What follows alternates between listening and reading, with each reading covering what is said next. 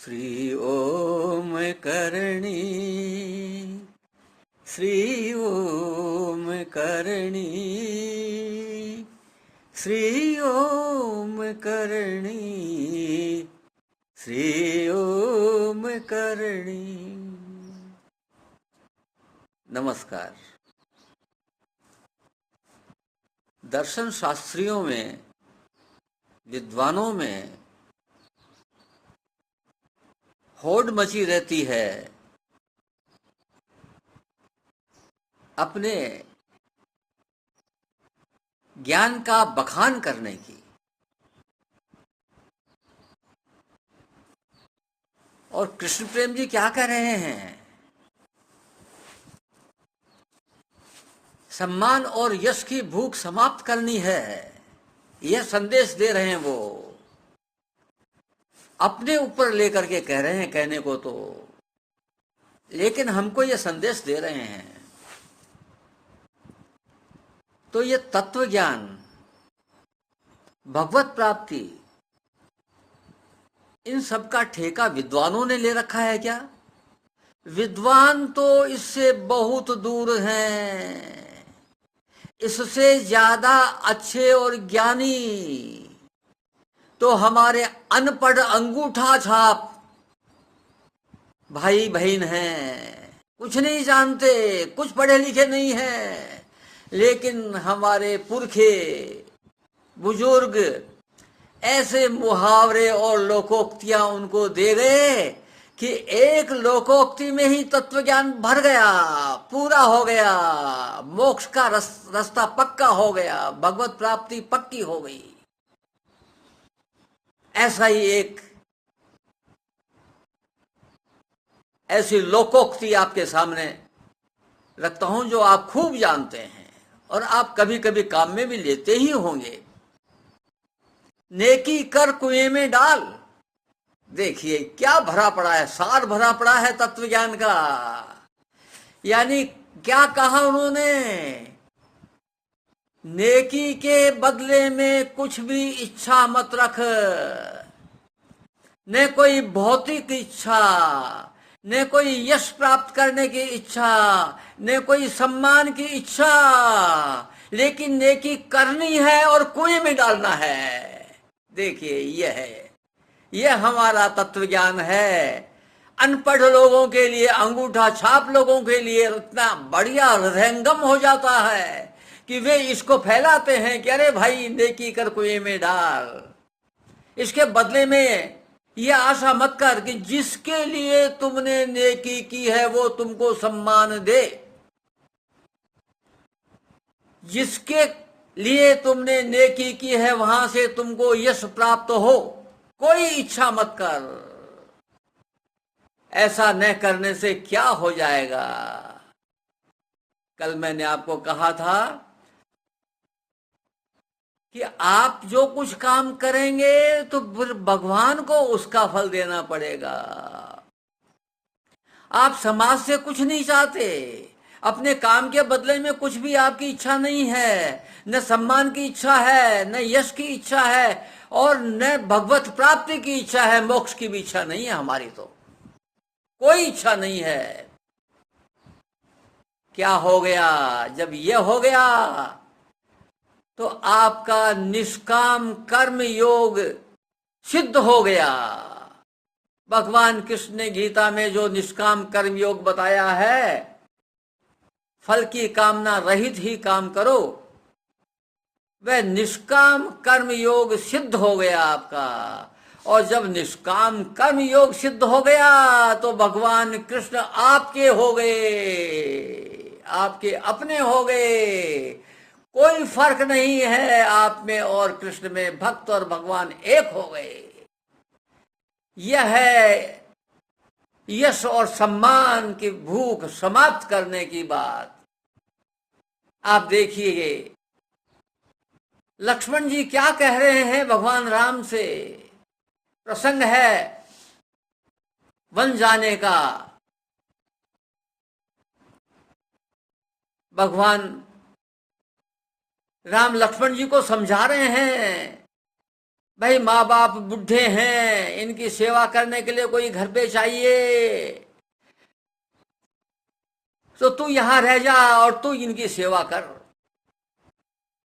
और तरह तरह से समझाते हैं कि माँ बाप की सेवा का ये फल होता है, माँ बाप की सेवा इतनी पुण्यमान होती है, माँ बाप की सेवा का, यानी इतना महत्व बताते हैं माँ बाप की सेवा का भगवान राम कि लक्ष्मण जी को गुस्सा आ जाता है और जवाब देते हैं क्या? कहते हैं भगवान राम को, धर्म नीति उपदेशी ताई। प्रभु, ये धर्म की बात, नीति की बात किसको कह रहे हो आप? आप ये तो उसको कहिए, किसको? कीर्ति भूति सुगति प्रिय जाही, जिसको अपनी कीर्ति पसंद है, प्रशंसा पसंद है, यश पसंद है, सम्मान पसंद है, उसको कहिए। कीर्ति भूति, जिसको वैभव पसंद है, और सुगति, जिसको मोक्ष चाहिए। मेरे को इन तीनों में से कोई लेना देना नहीं, कुछ नहीं चाहिए, न कीर्ति, न वैभव, न मोक्ष। तो मुझको धर्म की और नीति की आवश्यकता नहीं है। यानी क्या कह रहे हैं लक्ष्मण जी? लक्ष्मण जी का धर्माचरण सिद्ध हो गया, लक्ष्मण जी का नीति योग सिद्ध हो गया। अब उनको न धर्म की उपदेश की आवश्यकता है, न नीति के संबंध में उपदेश की आवश्यकता है। इंसान प्यार तो करेगा, ऐसा थोड़ी भाई आप यश की इच्छा मत करो, यश को प्यार मत करो, सम्मान को प्यार मत करो, वैभव को, भोग विलासों को भी प्यार मत करो। तो फिर वो आपका प्यार क्या होगा? पड़ा पड़ा सड़ जाएगा क्या? नहीं भाई नहीं, वह प्यार तो चला गया जहां जाना चाहिए, आपके इष्ट के पास में। अब आपका प्यार केवल इष्ट से ही रहेगा। आपकी भक्ति योग संपन्न हो रहा है जब आपकी यश की इच्छा समाप्त हो गई, कीर्ति की इच्छा समाप्त हो गई, सम्मान की इच्छा समाप्त हो गई, भोग विलास की इच्छा समाप्त हो गई, तो आपका निष्काम कर्म योग सिद्ध हो गया और अब भक्ति योग भी सिद्ध हो गया। और भक्ति योग सिद्ध हो गया तो क्या होगा? लक्ष्मण जी आगे कहते हैं, भगवान राम को चैलेंज करते हैं, भगवान राम को क्या? मन क्रम वचन चरण रत जोई। प्रभु, जो मन क्रम वचन से, अपने कर्म से, अपने मन से, अपने वचनों से जो आपके चरणों में रमा हुआ है, चरण रत जोई, कृपा सिंधु परिहरि है कि सोई। आप उसको छोड़ कैसे सकते हैं? आप में दम हो, हिम्मत हो तो छोड़ जाओ मेरे को। भगवान राम ने देखा, अरे भाई इससे बातें करेंगे तो मामला ज्यादा फंस जाएगा, दो चार और तैयार हो जाएंगे कि इनको ले चल रहे हो तो हमको भी ले चलो। तो भगवान राम एक चाल चलते हैं, वो समझते हैं कि माँ से परमिशन बहुत मुश्किल होती है, तो कहा कि जा सुमित्रा माँ से परमिशन लेके आ। लक्ष्मण जी जाते हैं सुमित्रा माँ के पास में। वो तो पहले से ही तैयार थी कि अरे भाई जंगल में राम की सेवा कौन करेगा, इसलिए इसका तो साथ जाना बहुत जरूरी है। तो जैसे ही वो गए माँ के पास में, सुमित्रा मैया ने तुरंत अनुमति दे दी। तो आप देखिए, माँ क्या है? संसार है। सुमित्रा मैया संसार है। जब आपकी कीर्ति भूति सुगति प्रिय नहीं, इनकी प्रियता छोड़ दी, तो संसार ने भी आपको इजाजत दे दी, माँ ने भी आपको इजाजत दे दी। यह है देखिए इसका रिवार्ड, इसका इनाम। इसलिए ये इच्छा छोड़ दो, कीर्ति भूति सुगति प्रिय जाही, इनकी इच्छा इस इच्छा को उन्होंने अग्नि बताया है कृष्ण प्रेम जी ने। ये अग्नि है, ये अग्नि कैसे बुझे? लेकिन यहाँ कृष्ण प्रेम जी बहुत ही ज्ञानी संत थे, समझदार संत थे, इसलिए कह दिया कि माँ हम में ताकत नहीं है, पुरुषार्थ नहीं है कि हम इस अग्नि को बुझा सकें।